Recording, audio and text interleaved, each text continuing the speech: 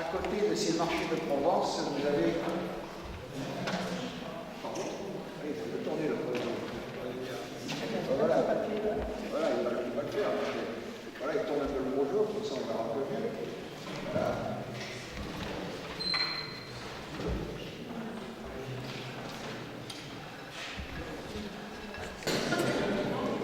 Bon, voilà, le tableau de Marie-Josée Brun, qui elle aussi est une artiste végan, qui fait de plus belles choses et qui prend également beaucoup de plaisir à peindre. Elle est discrète, mais elle fait de très belles choses. Une fois qu'on a vu ses tableaux, on ne les oublie pas. Donc sa discrétion va peut-être un peu en pâtir. Alors, pour porter ce tableau, nous allons écouter un texte qu'elle va lire elle-même, qui s'appelle À Aurore, de George Sand. Voilà, j'ai choisi un poème de George Sand et ça s'appelle À Aurore, bien sûr. Quand on sait que George Sand s'appelle Aurore du Pin, on a tout compris. Donc c'est un poème qui s'adresse à lui. Alors, À Aurore. La nature est tout ce qu'on voit, tout ce qu'on veut, tout ce qu'on aime, tout ce qu'on sait, tout ce qu'on croit, tout ce que l'on sent en soi-même. Elle est belle pour qui la voit. Elle est bonne à celui qui l'aime. Elle est juste quand on y croit et qu'on la respecte en soi-même. Regarde le ciel, il te voit. Embrasse la terre, elle t'aime. La vérité, c'est ce qu'on croit. En la nature, c'est toi-même.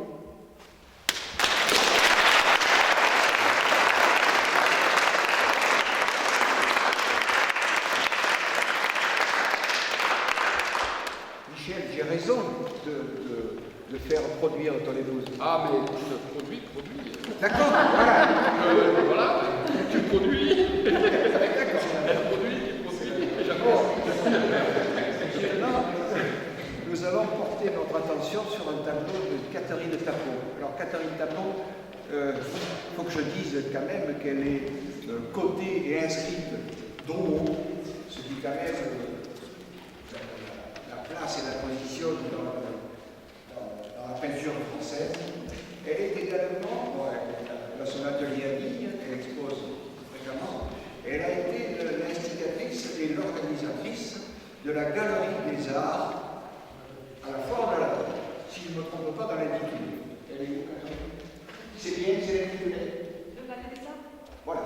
Donc, Catherine Tapon qui est là, mais je crois que tout le monde la connaît maintenant sur à Digne.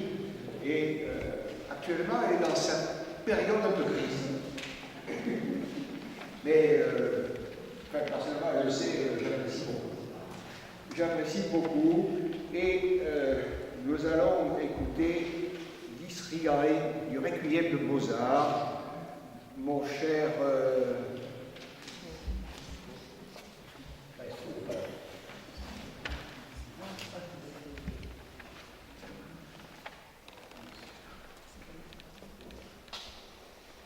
les morceaux qui sont joués au cœur sur la cité, ce sont les artistes qui les ont choisis. Voilà. J'ai bien cité et chanté.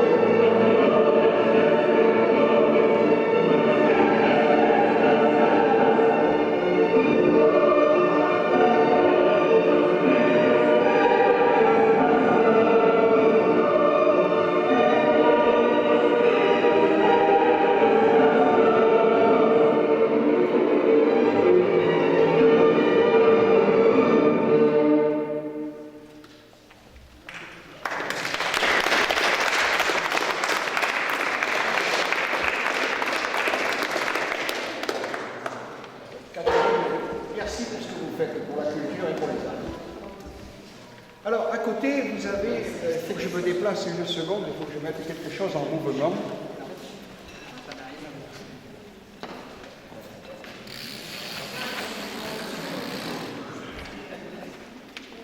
Vous avez un mobile créé par Thierry Berthéas, qui est un tourneur sur moi, et un sculpteur sur moi.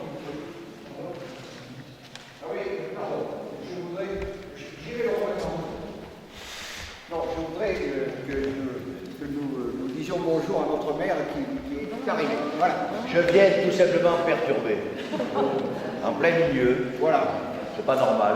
Mais ça fait rien. Désolé, depuis un mariage ce matin, d'autres occupations après, mais voilà, je suis là. Mais on vous accepte comme vous êtes, monsieur. Exactement. Voilà. Avec mon papier, Très dans bien. la cravate. Désolé, je l'avais ce matin, vous êtes trop chaud. Mais je l'ai mise pour vous. Merci. Donc, mobile créé par Thierry Berthéas, c'est un tourneur sur bois qui est connu maintenant à Lille et qui fait des choses assez magnifiques.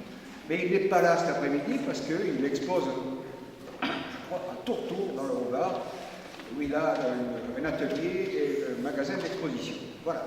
Mais ce mobile, je crois que Dino va nous le faire vivre en musique. Mais c'est pas moi qui ai choisi la musique, hein. Non, c'est nous l'avons choisi.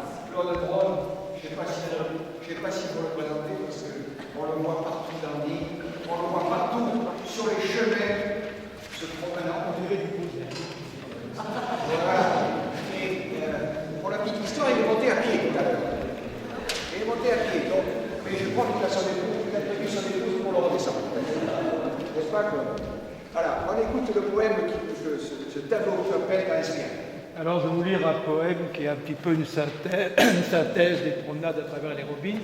Et vous pourrez le dédier à Pierre Riel, qui est celui qui a fait les plus belles photos sur les robines. Étrangers à nous-mêmes, À l'oreille du vent, nous nous sommes penchés et nous lui avons dit que ces terres de nuit ont l'âme parfumée des cultes très anciens. La lune le sait bien, qui a vu ses corps nus allongés sous la nuit, l'aube hivernale aussi, qui givre des seins lourds au rebours du soleil. La montagne s'éveille, attentive aux frissons d'un chardon solitaire, offrant au visage étonné d'une fleur pâle et trahie par ses sœurs, un long baiser de pierre où la mer parle encore, un diamant ascétique.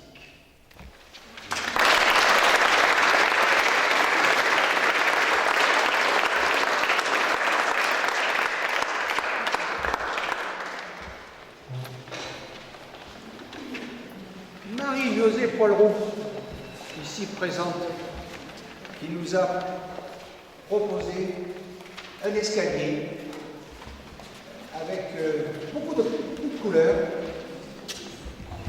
Ça ressemble étrangement à Marie-Josée Poilroux.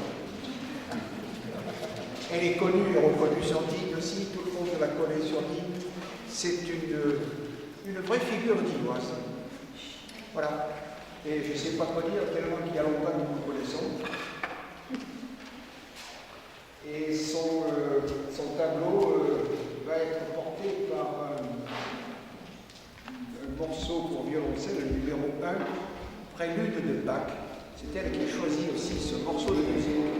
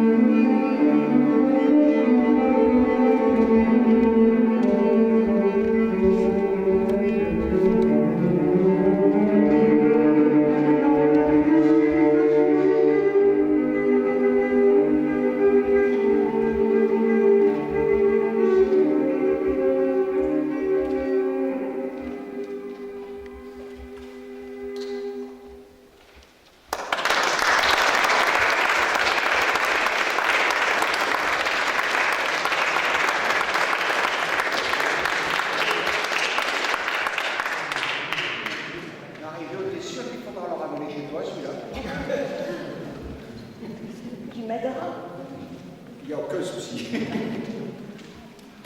Bien, maintenant je vous propose une sculpture de Benoît de Souza qui lui aussi est absent cet après-midi car il est retenu sur une autre exposition. Et Benoît de Souza, lui aussi, il est connu puisqu'il a son atelier aux écoles de Beauvais. Il expose beaucoup, il a exposé dernièrement aux archives départementales, si je ne me trompe pas. Et il est toujours peut-être. Non, c'est fini.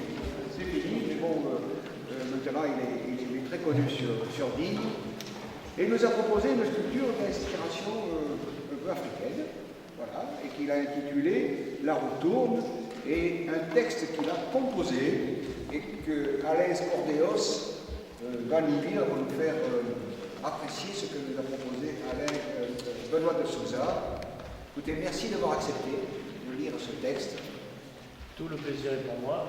Benoît de Souza est un ami, c'est l'ami d'ailleurs d'un grand nombre de gens du pays binois. Voilà. Et effectivement, dans cette œuvre, il y a l'inspiration béninoise. Béninoise, oui. Puisque son père est originaire du Bénin.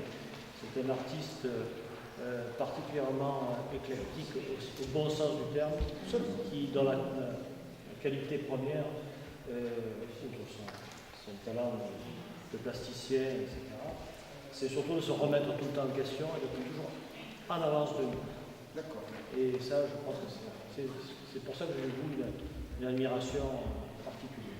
Et j'ai envie de rajouter qu'il est aussi empreint d'une grande faculté d'humanité et de chaleur humaine. Sur le reste. Voilà, écoutez, on vous écoute. Donc la retourne, c'est une poulie de bois peint, donc acier et porcelaine. Donc, ça c'est là. Il ne faut jamais rien prendre pour acquis, parce que tôt ou tard, la roue tourne, et ça ne sert à rien de courir. J'ai les pieds sur le sol, mes rêves guident mes pas, donc si je veux, je vole au-dessus de mes tracas. Les gens qui me désolent, non, mes yeux ne les voient pas, car c'est la vie qui donne ce qu'elle réserve à chacun. La roue tourne, la roue tourne, la roue tourne. On retourne à la case départ. La roue tourne, la roue tourne, la roue tourne. Tôt ou tard, tout se barre. Dans la fosse aux lionnes, ceux qui se battent, il y en a plein. Désolé si je m'isole, mais je préfère les gradins. Juste une clé de sol pour chanter jusqu'au matin. Du bout des doigts, je frôle la vérité dont je suis à mi-chemin. Un coup de talon entre les jambes, oui, elle est loin d'être élégante. Elle tourne, avec ou sans bâton dans les jambes. Dur de grimper la pente. Si je dois percer, les jaloux ne m'empêcheront pas d'exercer. Et si je me plante, malin, ça m'endurcit. Sans rancune, je vous dis merci. En plein exercice, la vie joue des tours.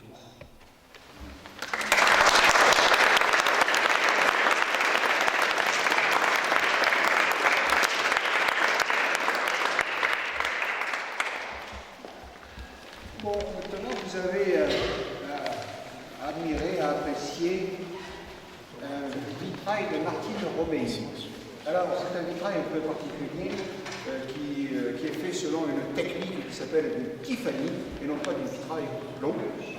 Tiffany, c'est un Américain qui a mis au point cette technique de vitrail et Martine Roméi s'est vraiment impliquée dans cette technique du Tiffany. Et elle nous propose ce soir ce vitrail qu'elle a intitulé Nature. Martine Roméi n'est pas là parce qu'elle aussi est prise par ailleurs. Il fallait faire des choix. Bon, leurs choix sont parfaitement respectés et respectables. Donc, elle n'est pas là, mais elle vous propose d'apprécier, ou pas d'ailleurs, son œuvre. Et c'est Joël Delannoy qui va nous interpréter pour ce tableau Clair de lune de Debussy.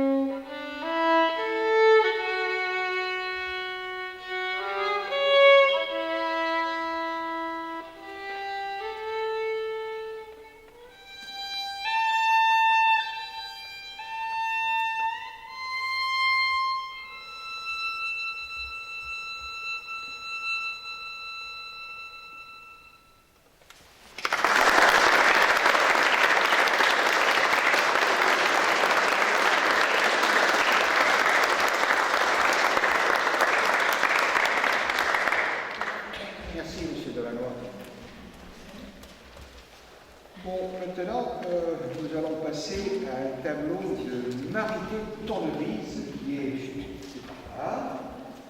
Alors, Tournevis, peut-être, c'est pas pour minimiser Marité Tournevis, mais pour ceux qui sont un peu de la région, ont entendu ce nom, car Marité Tournevis expose, sa fille est peintre et musicienne, et son mari aussi. Donc, c'est des. Que musicien. Pardon. Musicien. Oui, je dis musicien, c'est donc marié, et il est même titulaire des ordres de Forcalquier, si je ne me trompe pas. Voilà, d'accord. Mais Marité Tournevis nous a proposé un tableau qui s'appelle Graine Noire. Voilà, c'est son expression à propos de Graine Noire. C'est un poème de Jean Joubert. J'ai eu l'occasion de le rencontrer. Nous avons discuté ensemble et puis il nous a proposé de travailler avec sur ses œuvres poétiques. Donc c'est issu d'une œuvre poétique de Jean Joubert et il y a quelques années de cela. Voilà. Très bien. Et c'est une gravure, c'est une pomme sèche. Oui. Principalement. D'accord. Voilà. Et nous allons écouter ces deux poèmes qui vont nous être lus par Jacques Marien, ici présent, les deux poèmes de Jean Joubert. Voilà. Un premier poème, La graine noire. La graine noire qui dans le cœur fut semée, par quelle main? Celle d'un dieu masqué, d'un homme ou d'un démon? Longtemps repose, immobile, oublié. Longtemps ramasse sa vigueur, somnole, fait la morte. L'homme marche dans la lumière, caresse l'eau, s'émerveille de la bonté du jour. Un soir pourtant, est-ce à cause du vent, du sang, de la saison, ou bien de la lune chavirée qui blasphème? De la graine fendue d'un arbre noir jaillit, sa croix occupe tout le corps, lève des griffes meurtrières. Le deuxième poème. D'une graine fendue jaillissent l'arbre, l'homme, la femme et le serpent. Ainsi, dans cette coque noire était serrée la lumière et la nuit que Dieu lança vers la terre innocente. Lorsqu'il fendit la graine, lorsqu'il souffla sur cette unique et double chair, enceinte d'une fleur ardente et vénéneuse.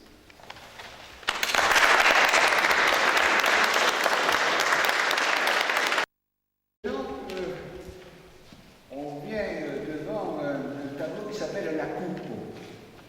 Vous remarquerez que sur ce tableau, il y a une femme dont on ne voit que la tête, et on suggère au travers d'un miroir, enfin dans un miroir, ce qu'elle pourrait être, puisque cette femme est l'Arlésienne, et que l'Arlésienne, on ne la voit jamais, jusqu'à passer dans le langage populaire, quand quelque chose n'arrive pas, on ne le voit jamais, on dit c'est l'Arlésienne.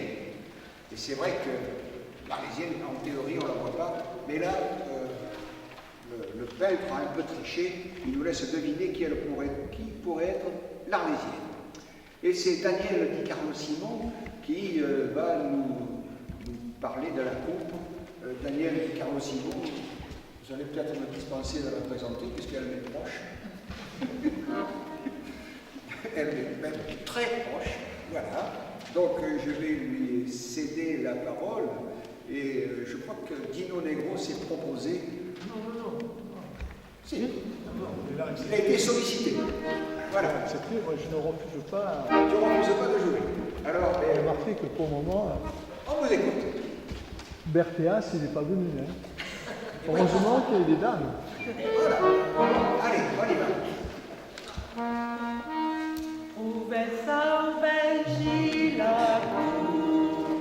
Que nous bendiga a des rêves et l'ouverture de notre cœur, composando et versando, mais jamais,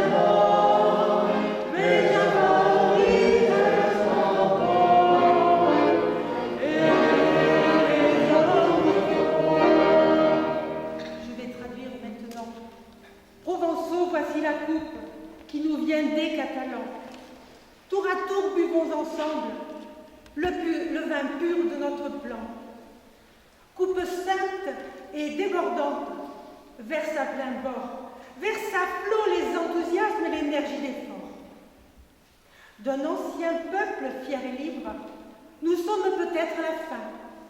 Et si les faits libres tombent, tombera la nation. D'une race qui regerme, peut-être sommes-nous les premiers jets de la patrie. Peut-être sommes-nous les piliers et les chefs. Verse-nous les espérances et les rêves de la jeunesse, le souvenir du passé et la foi de l'an qui vient. Verse-nous la connaissance du vrai comme du beau, des hautes jouissances qui se rient du tombeau. Verse-nous la poésie pour chanter tout ce qui vit, car c'est elle l'ambroisie qui transforme l'homme en Dieu. Pour la gloire du pays, vous enfin, qui êtes consentants nos alliés, catalans, de loin aux frères, tous ensemble, communion. Coupe santo et versando, bella bello, regia molie sango, et les anoblisants. Ce poème, cette coupe, est de Frédéric Mistral.